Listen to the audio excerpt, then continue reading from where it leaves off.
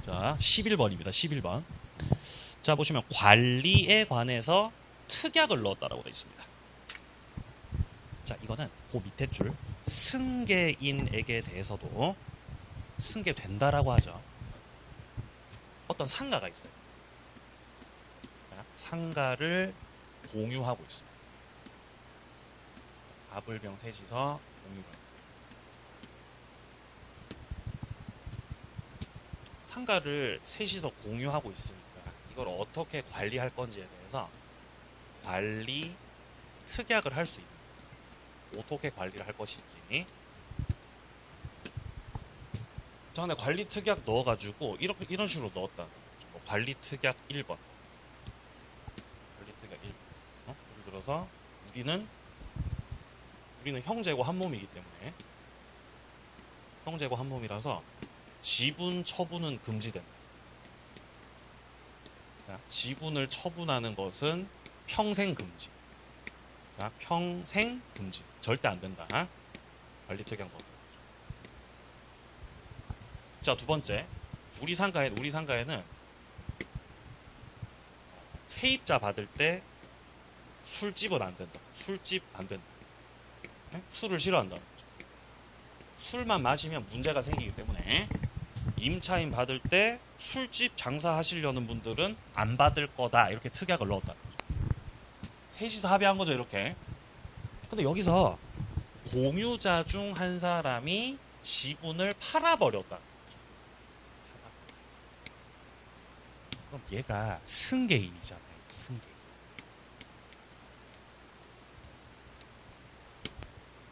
그럼 기존에 갑하고 을하고 병이서 셋이서 했었던 관리 특약 있죠? 이 특약의 효력은 승계인한테까지도 미친다고 합니다. 그러니까 승계인도 관리 특약에 대해서 구속력이 있다는 거죠. 그래서 승계된다라고 말하는 거예요. 거기 지금 11번 판례인 거죠. 자, 그런데 12번 판례. 지분권자로서의 사용 수익권을 뭐 사실상 포기한다든지 아니면 제가 썼던 이런 거 1번이요. 지분 처분은 평생 금지다. 이런 거 자체가 지금 원래 지분은 처분이 자유로운 거예요. 원래 자유롭게 처분해도 되는 거죠. 근데 그거를 금지시켜놨죠. 이런 것들은 뭔가 어떤 본질을 지분의 어떤 본질을 침해하고 있는 내용이 특약이라는 거죠. 본질을 침해하고 있기 때문에 이 경우는 승계인한테까지 그 효력의 영향이 없다라고 얘기해요.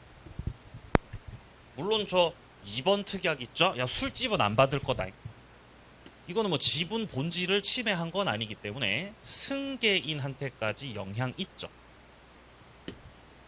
근데 본질 침해된 그 내용 같은 경우는 승계되지 않는다는 겁니다. 그래서 12번 판례 같은 경우는 자, 지금 첫째 줄 끝에 공유 지분의 어떤 본질적인 부분을 침해하는 거라는 거죠.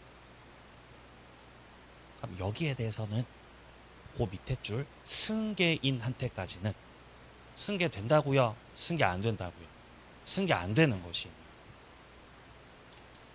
네? 네. 과반수 지분권자는요? 아닙니다. 과반수 지분권자라고 해도 일단 특약으로 합의했던 내용까지 어겨가면서 자기 마음대로 할 수는 없어요. 네. 부딪히는 거 아니냐고요? 네. 과반수 지분권자가 있다면 저런 특약을 아마 안 넣겠죠.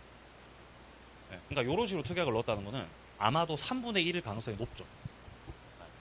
일단 그렇게 좀 봐야 될 것 같습니다. 애초에. 그런 걸 전제로 좀 봐야 돼요. 지금 상황은. 자, 그리고 오른쪽 5번에 공유물 처분과 변경 나오는데 여기가 이제 말도 많고 탈도 많은 거죠. 네? 예를 들어서 뭐 이렇게 집이 이렇게 있는 거죠. 집이 있고 그다음에 뭐 땅도 이렇게 있는 거죠. 집 앞에. 여기서 외할머니가 사셨다. 외할머니. 외할머니가 살고 계시고요. 근데 외할머니가 돌아가셨어요. 외할머니가 제 군대 있을 때 돌아가셨어요. 그럼 이 외할머니의 재산이 이 재산이 어떻게 돼요? 상속되겠죠. 상속되겠죠, 그죠? 상속을 받는 거예요.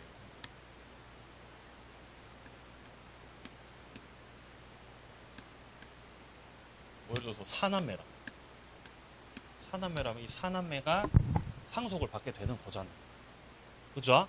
그럼 이제 첫째부터 막내까지 있을 때 지분을 누가 많이 가져갈게요? 네? 첫째가 제일 고생했어. 첫째가 제일 고생했어요. 그럼 첫째가 지분 더 많이 가져가는 거죠?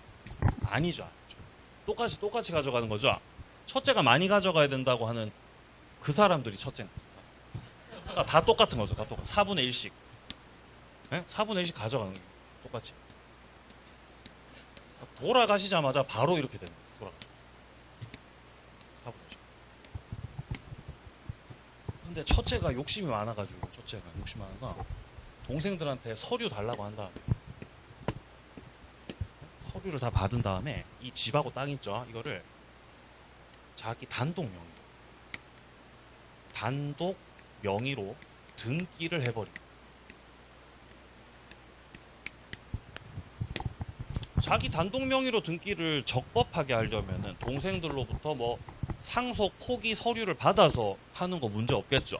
근데 그렇게 안 하고 이 나쁜 놈 그렇게 안 하고 그냥 내가 서류 정리할게라고 한 다음에 홀라당 자기 명의로 해버렸다는 거죠.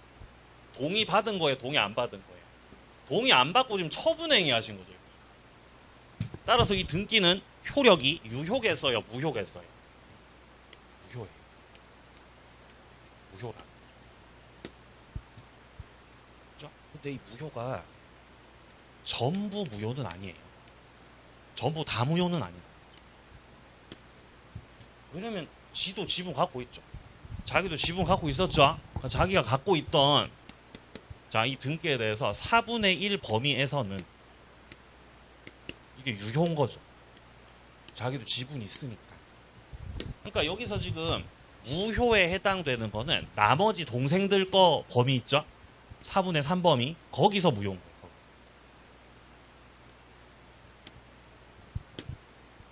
법적으로 따지면 이렇다는 거죠. 법적으로 따지면. 근데 어쨌든 지금 단독 명의로 등기돼 있죠, 지금. 좀 막 명절 돼가지고 이제 가족들도 좀 보고 이렇게 하려고 했는데 이 첫째가 욕심 부리고 자기 명의 해놓고 문 다 잠그고 문 다 잠그고 그렇게 해버리더라. 근데 이 양반이 경찰이었죠. 경찰 공무원이라는 거죠, 이 양반. 예. 그래가지고 이제 우리 어머니가 한 서열이 한 요 정도 좀 되거든요, 우리 어머니가. 엄마가 이제 막 오빠 욕을 막 하더라고요. 어떻게 오빠 저럴 수가 있냐. 어떻게 저렇게 할 수가 있냐, 저렇게. 막 이렇게. 명절에 이렇게 이렇게 가면서. 그걸 제가 말씀드렸어요. 이거는 등기 이거 말소시켜요. 말소 청구 소송을 걸면 되겠습니다. 소송. 제가 소송을 해드릴까요? 이렇게 제가 물어봤죠. 바로 소송합시다, 우리. 그렇게 하니까 가만히 있으라. 우리 어른들 말씀하시는데 껴들어가지고 네가 막 하면서 저만 또 이상한 사람 만들더라고요. 아무튼 어머니는 그렇게 말씀하셨지만 여기서 말소 청구 소송을 걸 수 있는 거예요. 말소시키라고 할 수 있는 거죠. 근데 말소 청구할 때 조심할 점, 전부 다 말소해라. 전부 다 말소하라는 청구는 할 수 없는 거죠. 왜냐하면 이 등기가 전부 무효는 아니어서 그래요. 유효에 해당되는 부분도 있죠. 그러니까 전부 말소해라. 이렇게 청구는 또 못한다는 거죠. 자, 이거는 이런 경우도 똑같습니다. 만약에 첫째가 서류 받은 다음에 첫째가 욕심 부려가지고 저 집하고 땅하고를 제3자한테다가 매매 계약을 해버리고 홀라당 팔아버렸다. 이것도 처분이거든요. 자기 멋대로 공유물을 A한테다가 처분해버린 거잖아요. 그러면 당연히 이거는 동의 안 받고 처분된 거라서 역시 그 효력은 무효라고 해야 되는 거죠. 그러니까 같은 논리로 이 무효라고 해도 전부 다 무효인 거는 아니에요. 왜 또 전부 무효는 아닌 거죠? 지도 지분 갖고 있잖아요. 그죠? 그러니까 자기가 가지고 있던 그 4분의 1 범위 지분 있죠? 거기 범위에서 이게 유효라는 거예요, 이게 또. 그러니까 무효에 해당되는 건 4분의 3이라는 거예요. 4분의 3 범위에서 이거는 무효다. 동의 안 해줬으니. 그럼 또 같은 논리로 예를 들어서 막내가 열받아가지고 이거 말소시켜라. 말소 청구를 들어갈 때 전부에 대해서 말소 청구 된다 안 된다? 안 된다. 전부에 대해서 말소 청구를 할 수가 없다. 자, 보겠습니다. 자, 일단 먼저 조문부터 확인을 해보죠. 자, 위쪽에 264조가 있잖아요. 공유자는 다른 공유자의 동의 없이는 공유물 자체를 처분해버리거나 변경을 시키거나 그런 거는 할 수 없다는 겁니다. 여기서 처분, 변경 이거는 지분 처분을 말하는 거예요. 공유물 처분을 말하는 거예요. 공유물 처분이에요. 즉 다른 공유자 동의 없이는 처분을 못하는 거니까 공유물 처분을 위해서는 전원의 동의가 필요하다는 거죠. 자, 밑으로 내려가서요. 자, 동그라미 3번 단락 보세요. 갑과 을이 공유하고 있는 X 토지 전부를 갑이 을 동의 없이 병에게 매도했다. 소유권 등기를 해버렸어요. 동의 받고 매도했어요? 동의 안 받고 매도했어요? 동의 안 받고 매도했네. 이때 매매 계약 자체는 유효라는 거죠.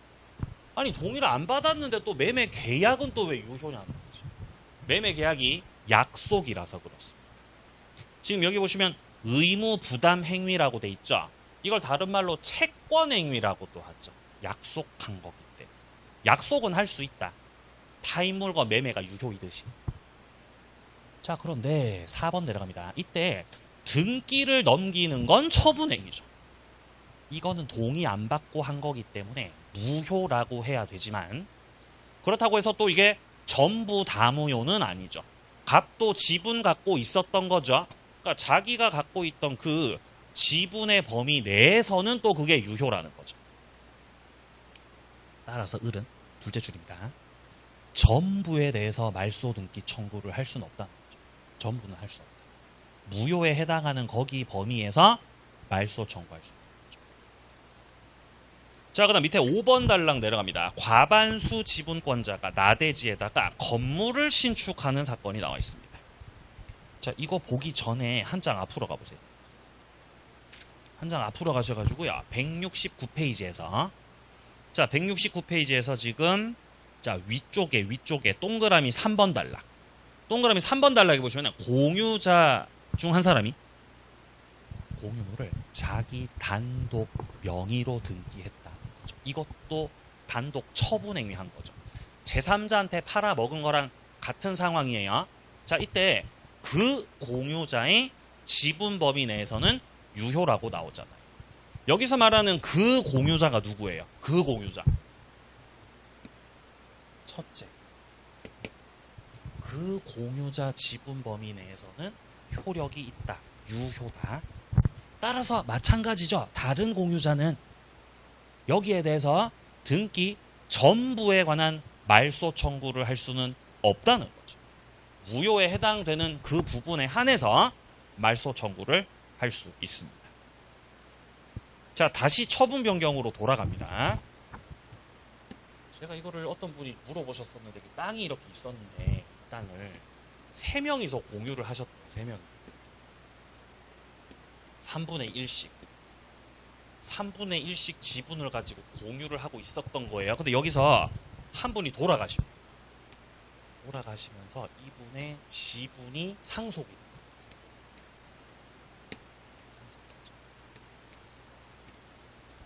3분의 1 지분.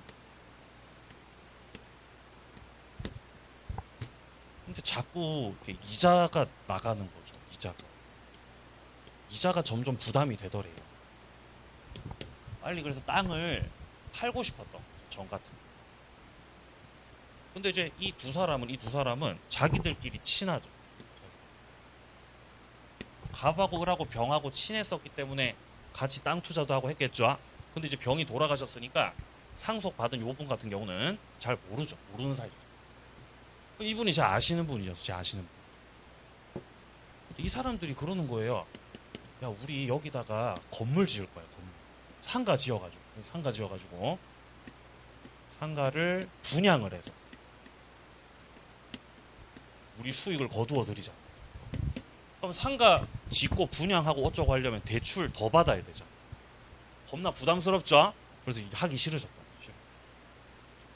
거죠. 그랬더니 이분들이 야 그러면은 너 상가 안 지을 거면은 너 그냥 나가라 그러면 너 지분 매수해 줄게. 지분 매수해 줄 테니까 그냥 나가라 그러. 이때 이자들이 제의하는 이 매수 가격이 굉장히 헐값이었던 거죠. 그래서 팔고 나갈 수도 없는 상황이라는 거죠. 근데 상가 짓겠다는 거죠.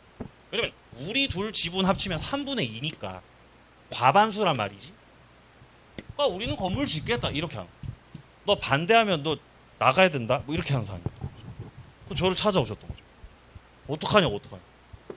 이때 어떻게 하면 되죠? 그냥 가만히 계시면 됩니다. 가만히 계시면. 왜냐면 건물을 신축하는 거죠. 나대지에다가 건물을 신축하는 그 행위는 관리 행위로 보지 않아요. 판례.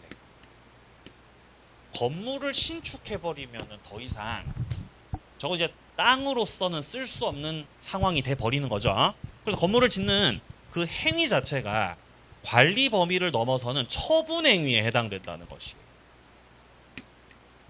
만약에 건물을 신축하는 것이 관리 행위다라고 한다면은 갑하고 을 둘이서 짝짝꿍 해가지고 건물 지어도 되겠죠. 관리 행위가 맞으면. 근데 그거 아니라고요. 처분 행위라고. 그러니까 여기서 이제 건물을 지으려면은 정의 동의도 받으셔야 건물 지을 수 있다는 거죠. 만약에 자기네들끼리 짝짝꿍 해가지고 건물 짓죠. 그럼 철거 대상이라는 거죠. 철거 대상. 따라서 선생님 가만히 계셔도 얘네들 어차피 건물 짓습니다. 못 짓습니다. 못 지어요. 쫄지 마세요. 네? 쫄지 말라고 말씀을 드렸거든요. 쫄지 마세요. 자, 보겠습니다. 동그라미 5번 단락. 과반수 지분권자가 나대지에다가 건물을 지으시네요. 이거는 관리의 범위를 넘어서는 거고 이거는 허용될 수 없다는 거죠. 그러니까 여기서 말하는 이 건물 신축이 관리 행위라는 거예요? 처분 행위라는 거예요? 처분 행위라는 거죠. 처분. 자, 이제 6번 내려갑니다. 공유물 분할입니다. 공유물 분할 같은 경우는 공유 관계를 끝내는 거예요. 이제 공유 그만하자. 이제 헤어지자. 이때 분할을 청구하는 거예요. 그러니까 이제 이혼을 할 때 재산을 분할하자. 재산 분할하죠, 그죠? 그게 공유물 분할하는 거예요. 헤어지는 거죠, 헤어지는. 자, 그래서 왜 분할을 하게 되냐면 예를 들어서 토지를 공유하고 있어요.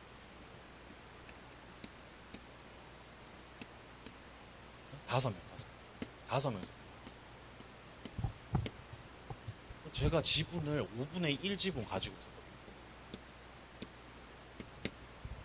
아버지가 투자하셨던 거 상속. 아버지가 투자하셨던 거 상속 받아가지고 이렇게 딱 들어오니까 이렇게 나머지 분들 계시는 거예요. 나이 지긋한 분도 많이 계시고 잘 모르시는 분들이죠. 제가. 뭔 상인지 아시겠죠? 근데 저거 이자 내야 되잖아. 자꾸 지금 이자를. 이자가 점점 감당이 안 되는 거죠. 계속 자꾸 금리 올라가니까. 돌아버리겠는 거죠. 그래서 제가 이 땅을 매수할 사람을 찾은 거예요. 이거 보세요. 제가 매수자 찾았어요. 매수자.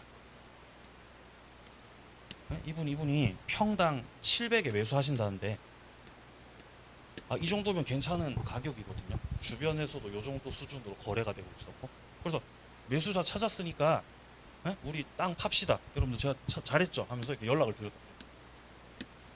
동의하시는 거죠? 자, 평당 700에 팝니다. 이렇게 동의 하는데 한 분이 반대하는 거예요. 난 싫은데 반대. 평당 한 800원 받아야 되지 않겠어? 뭐 이렇게 반대하는 거예요. 네. 그럼 팔아요, 못 팔아야죠? 못 팔죠, 못 팔죠. 이분이 지분을 사는 거는 생각하기 힘들죠. 현실적으로. 땅을 통째로 사야 된다는 거죠. 건물 지어야 되니까. 그러니까 한 명만 반대해도 매매가 빠그러지는 거죠. 빠그러져. 그래서 제가 더 열심히 노력해서 여러분들 이것 보세요. 제가 그러면요 평당 800에 사시겠다는 분도 찾았어요. 드디어. 야 여러분들 800 찾았어요. 네? 또 연락을 또 드렸죠. 또 반대야. 1000은 받아야 되지 않겠어요? 그래서 그때부터 정상이 아니라고 느꼈어요. 정상 아니구나 이 사람. 그러니까 이 한 분 때문에 자꾸 빠그러지는 거죠. 이분을 찾아갔어요. 제가 그래서 왜 그러시냐고. 네? 왜 그러시는데요 도대체? 찾아가서 따졌죠. 알고 보니 아버지랑 뭔가 좀 앙금이 있으셨던. 괜히 꼬장 부리는 거죠. 그래서 풀어드렸어요. 네? 다 풀어드렸어요. 이제 반대 안 하실 거죠? 평당 800 오케이? 오케이. 그래서 계약을 성사시키려고 했더니 또 다른 사람이 또 반대. 미쳤어. 그러니까 5명이 모여 있으니까 개판되는 거죠. 개판돼. 네? 팔지도 못하고 어떡할 거냐. 이자 계속 나갔는데 어떡할 건데. 그래서 제가 급기야는 열받으니까 제가 이제 나머지 공유자들을 상대로 해가지고 이제는 이 공유관계를 끝냅시다라는 취지로 전원에 대해서 청구를 할 수 있는 거예요. 이게 바로 공유물에 대한 무슨 청구가 되는 거죠? 분할 청구되는 분할 청구. 공유물을 분할합시다라고 청구 들어가는 거예요. 자, 그리고 공유물 분할 청구는 형성권입니다. 형성권. 일방적 권리 행사로 효력을 만들어 버리는 거예요.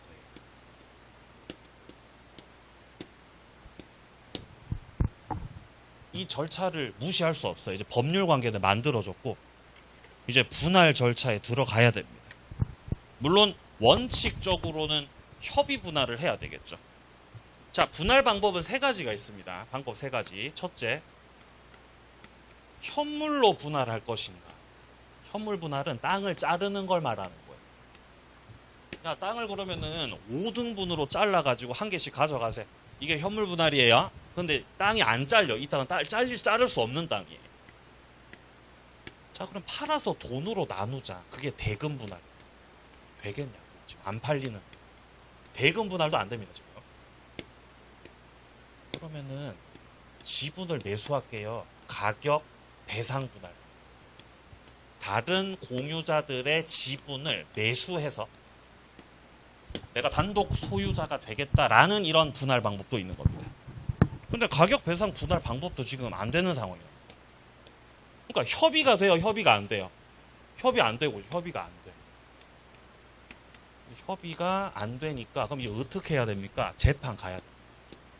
협의가 안 되면 이제 재판상 분할.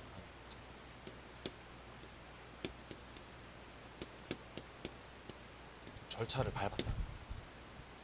그죠? 그래서 이제 판결이 떨어져요. 판결. 자, 판결이 어떻게 떨어졌냐? 판사님이 경매하라 그러셨어요. 경매해라. 경매. 이렇게 됐다. 자, 보죠. 일단 268조입니다. 밑에 1항에 공유자는 공유물에 대해서 분할을 청구할 수 있습니다. 자, 그런데 5년 내의 기간에서 분할하지 않을 것을 약정할 수도 있어요. 이건 이제 분할 금지 특약이 되겠죠. 5년 내에서 할 수 있습니다. 자, 밑에 269조입니다. 분할 방법에 대해서 협의가 성립되지 않았을 때 그때 공유자는 법원에다가 분할을 청구할 수 있습니다. 그러니까 여기서 말하는 법원에다가 분할 청구하는 게 재판상 분할이죠. 그 재판상 분할은 뭐가 안 될 때 가능하다고요? 협의가 안 됐을 때 가능하다는 거죠. 그러니까 어디까지나 협의 분할이 원칙이다, 재판 분할이 원칙이다. 협의 분할이 원칙이라는 거죠. 자, 2항 내려갑니다. 재판 들어갔을 때, 자, 현물로 분할할 수가 없어요. 자를 수 없는 땅이란 말이에요. 아니면 분할로 인해서 분할하게 되면, 현물 분할하게 되면 현저히 가액이 감손될 염려가 있는 상황이라면은 이때 법원은 경매를 명할 수 있다는 거죠. 법원에서 경매하라 그러죠. 경매하라고 명하시는 거는 현물 분할하라는 거, 대금 분할하라는 거, 가격 배상 분할하라는 거. 무슨 분할하라는 뜻이죠? 대금 분할하라는 거죠. 팔아서 돈으로 나눠 가지. 근데 매매로는 안 팔리니까 그냥 뭐 해라고요? 그냥 경매해라. 이렇게 판결 떨어지고. 경매 갖고 팔아라. 그래서 지금은 어떻게 되고 있냐? 경매 절차가 지금. 그래서 처음에 이제 매각일이 딱 됐을 때, 자, 과연 얼마에 매각될까 하면서 막 이렇게, 예? 흥분의 도가니였죠. 얼마에 매각될까? 유찰됐습니다. 2회차도 유찰. 3회차도 유찰. 그쯤 되니까 이제는 그냥 관심이 없어요, 이제. 예? 언제까지 유찰되나 보자. 예? 4회까지 유찰돼, 4회. 다음 주 이제 5회 유찰을 앞두고 있습니다. 다음 주도. 자, 그리고 이제 그 정도 지경이 되니까 이제 갑자기 이분들이 저한테 다시 연락 와가지고 매수자 다시 찾으면 안 돼? 800이나 700에 거래하면 안 돼? 이렇게 하시는 거죠. 이미 늦었어요. 늦었습니다. 예. 취소할 수 있어요. 예. 취소를 할 수도 있죠. 그건 제가 결정할 수 있습니다. 제가 지금 경매 신청해놔가지고. 자, 뒤로 넘어가 보세요. 자, 동그라미 3번에 협의로 분할을 할 때는 세 가지 방법. 현물 분할. 자, 그 다음에 매각하고 돈으로 나누는 대금 분할. 다른 사람의 지분을 사들이는 가격 배상의 방법이 있다. 4번 내려갑니다. 재판 들어갔을 때 현물 분할이 원칙인데 현물로 분할이 안 되는 경우 있습니다. 그때는 그 밑에 줄 경매해가지고 팔아서 나눠 가져라. 대금 분할한다는 거죠. 경매를 통한. 자, 그 다음에 밑으로 내려갑니다. 6번 분할 협의가 성립됐다면은 그 밑에 줄 재판상 분할은 더 이상 허용되지 않습니다. 협의가 됐으니까 재판은 이제 안 된다라는 논리죠. 자, 7번 내려갑니다. 협의 분할이든 재판상 분할이든 반드시 공유자 전원이 다 참가를 해야 됩니다. 한 명도 빠지면 안 됩니다. 자, 그리고 밑에 9번도 확인합니다. 9번 공유자는 다른 공유자가 분할로 취득한 물건에 관해서 매도인과 동일한 담보 책임진다라고 되어 있습니다. 만약에 분할 방법 자체가 가격 배상 분할 방법이었다면 누군가는 지분을 팔 거고 누군가는 지분을 매수하겠죠. 근데 지분을 샀는데 거기에서 나중에 하자가 발견될 수 있죠. 그럼 하자가 있다면은 여기에 대해서는 담보 책임져야 된다는 거죠. 그 말이에요. 자, 그러면 이제 오른쪽에 문제를 좀 풀어보겠습니다. 자, 일단 2번 문제 풀어볼게요. 2번 문제. 자, 갑을병이 X 토지를 2분의 1, 4분의 1, 4분의 1 지분으로 공유하고 있죠. 이러면 누가 과반수죠? 과반수 없죠. 갑은 과반이에요? 강반이에요? 강반이죠. 갑은요. 그죠? 과반 현재 없는 상태입니다. 문제에서요. 옳은 것은 자, 1번입니다. 을이 X 토지 관련해서 자기 지분을 포기했던 겁니다. 지분을 포기하면 을이 갖고 있던 지분은 나머지 공유자들한테 귀속되는 거죠. 갑과 병에게 귀속되는 거죠. 균등 비율로 귀속되는 거죠? 아니고 지분 비율이 맞습니다. 균등 비율 아닙니다. 지분 비율로 귀속된다. 지금 이제 갑의 지분이 더 많기 때문에 갑이 더 많은 지분을 받게 될 겁니다. 자, 2번입니다. 당사자 간에 특약이 없는 경우라면 갑이 단독으로 제3자한테 임대해도 되냐는 거죠. 제3자한테다가 임대하려면은 과반수 지분 필요한 거죠. 근데 갑은 과반수예요? 강반이에요?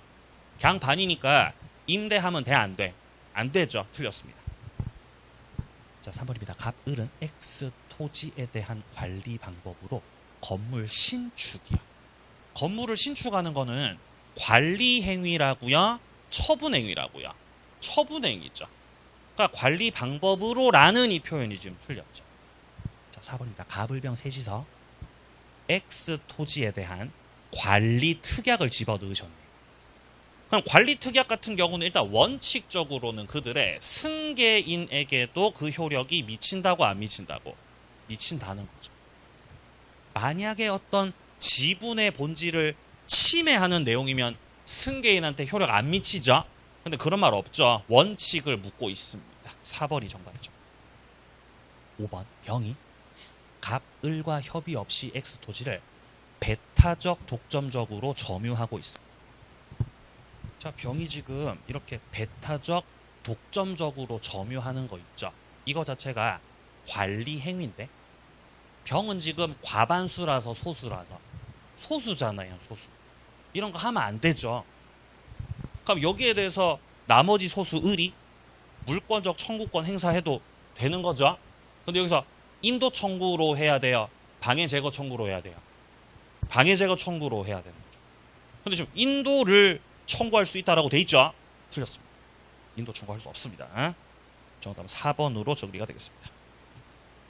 자, 다음 뒤로 가서 174페이지 합유를 좀 보겠습니다. 합유는요, 공동의 사업을 목적으로 뭉친 거예요. 공동의 사업을 영위하려고 뭉친 게 바로 합유입니다. 만약에 여기에 공장이 있다고 생각해보죠. 공장 재산이 있는 거죠. 그러니까 뭐 부동산도 있고 안에 여러 가지 뭐 자재들도 있고 할 거죠. 이거를 밥하고 을하고 병하고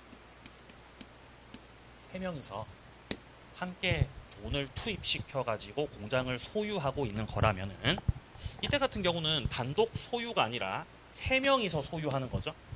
근데 공장은 공동의 사업을 목적으로 하는 거죠. 사업을 목적으로 하여서 공동 소유를 할 때는 이때는 공유라고 하지 않고 합유라고 합니다. 합유에도 지분이 있습니다. 각자 지분을 갖고 있죠. 근데 합유는 공유와 비교했을 때 결속력이 높아요. 공유보다는 훨씬 결속력이 있습니다. 합유가. 자, 그래서 우리가 합유를 정리할 때는 공유랑 뭐가 다른지를 정리하시면 됩니다. 지금 다른 점 세 가지를 표로 지금 위에 정리해놨죠. 일단 먼저 공유 같은 경우는 지분 처분이 자유로웠죠. 합유 같은 경우는 지분 처분하려면 전원의 동의가 필요합니다. 왜냐하면 사업을 말아 먹을 수 있기 때문에. 예를 들어서 병이 야, 나 지분 이거 팔 거다. 나 지분 정한테 판다. 지분을 처분하겠대요. 자, 지분을 처분하겠다.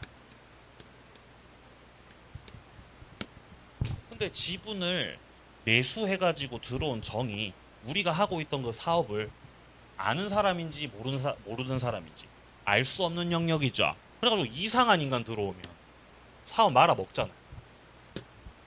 그러니까 이때 지분을 처분하려면은 이 나머지 지분권자들 전원이 동의를 해줘야 이 지분을 처분할 수 있다. 그러니까 처분이 자유로운 거예요? 자유로운 거 아니에요?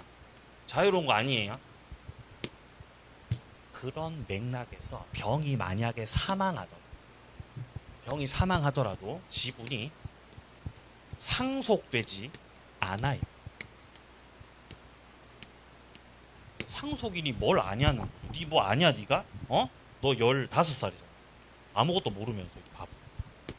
그러니까 너는 우리 공장의 저기로 지위를 가지고 들어올 수 없다는 거죠.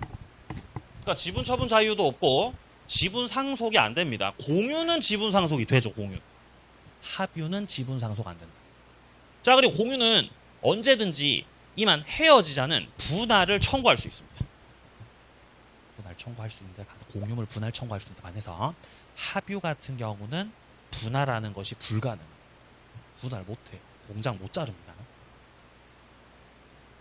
자, 밑으로 내려가서 동그라미 1번부터 보죠. 합유가 뭡니까? 조합체재산으로서 공동 사업을 경영할 목적으로 소유하는 형태입니다. 자, 2번 단락입니다. 자, 합유 지분의 양도는 조합원 지위가 넘어가는 거라서 전원의 동의 없이는 지분 처분 못한다. 공유랑 다른 점. 자, 3번 단락 같은 경우는 합유자 중 한 분이 돌아가셨잖아요. 둘째 줄 상속인이 지위 승계 받는 게 아니다. 이것도 공유랑 다른 점.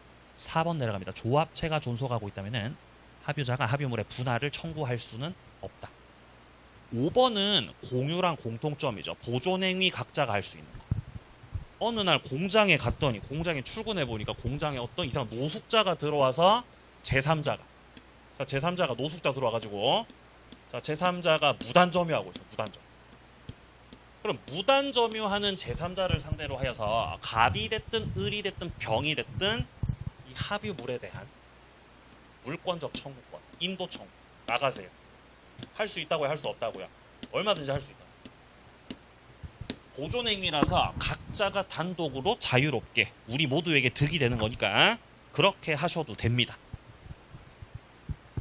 자, 그러니까 따라서 뒤에 합유물이 제3자 앞으로 원인무효 등기가 되어 있다면 합유자 중 한 사람이 등기 전부 말소 청구도 할 수 있고 그 밑에 줄 누군가가 불법, 제3자가 불법으로 점유를 할 때는 여기에 대해서 반환 청구를 할 수 있는 것입니다. 자, 그 다음에 오른쪽에 세 번째 공동소유 모습 총유가 나오는데 이 총유는 교회를 말하는 겁니다. 교회 재산. 여기는 철저하게 단체주 총. 자, 여기서 말하는 총유는 아예 지분 자체가 없어요. 총유 재산 같은 경우는요. 여기에는 어떤 지분 개념 자체가 없어요. 교회가 이렇게 있으면 교회 재산 많잖아요. 교회 재산. 예? 대형 교회가 막 이러면 교회 재산 많죠. 예? 교회. 그럼 교회 재산 누구 거예요? 예? 목사가 아니에요. 지분 없다 그랬으면 지분이 존재하지 않아요. 교회 재산은 다 누구 거죠? 주님 거라. 주님. 예? 그 주님 거고 이거는 단체 재산. 단체 성격이 강력하기 때문에 개인이 가지는 그런 성질이 안 된다는 거죠. 그러니까 이 총유물 같은 경우는 지분 개념 자체가 없고 분할이 불가능합니다. 그러니까 교회에서 싸움 나면 교회를 쪼개지를 못하니까 반대파들이 단체로 탈퇴하는 거예요. 아시겠어요? 반대파 탈퇴한다. 반대파가 탈퇴하게 되면은 내가 냈던 11조 들고 나가요? 몸만 나가요? 몸만 나가. 지분이 없어서 그렇죠. 지분 없어서. 그리고 총유물은 단체적 성격이 강하기 때문에 총유물에 대한 보존행위, 관리, 처분행위 전부 다 이런 것들 하려면은 총회 결의를 해야 돼요.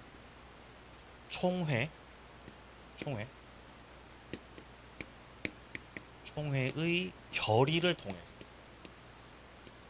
어떻게 할 건지를 결정해야 된다라는 거죠. 항상 어떤 교회 어떤 그런 이렇게 결정을 할 때는 총회 결의를 딱 해가지고 이렇게 총회를 열어가지고 그 안에서 딱 안건 정해서 통과시키고 이렇게 해야 된다. 목사님 마음대로 하면 안 되죠. 잘못된 거. 자, 동그라미 1번입니다. 총유라는 거는 종중이나 교회와 같은 이 사원들의 집합체입니다. 자, 동그라미 3번 봅니다. 총유물 보존에 있어서도 그 밑에 줄 사원총회 결의를 거쳐야 한다. 근데 보존만 사원총회 결의를 거쳐야 되는 게 아니라 관리 행위도 처분 행위도 다 마찬가지입니다. 총회 결의로 결정을 하셔야 되겠습니다. 자, 여기까지 소유권 파트를 마무리하고요. 그 뒤에 나오는 용익 물권서부터는 다음 주에 또 이어서 해나가도록 하겠습니다. 다음 주에도 건강한 모습으로 만나겠습니다. 수고하셨습니다.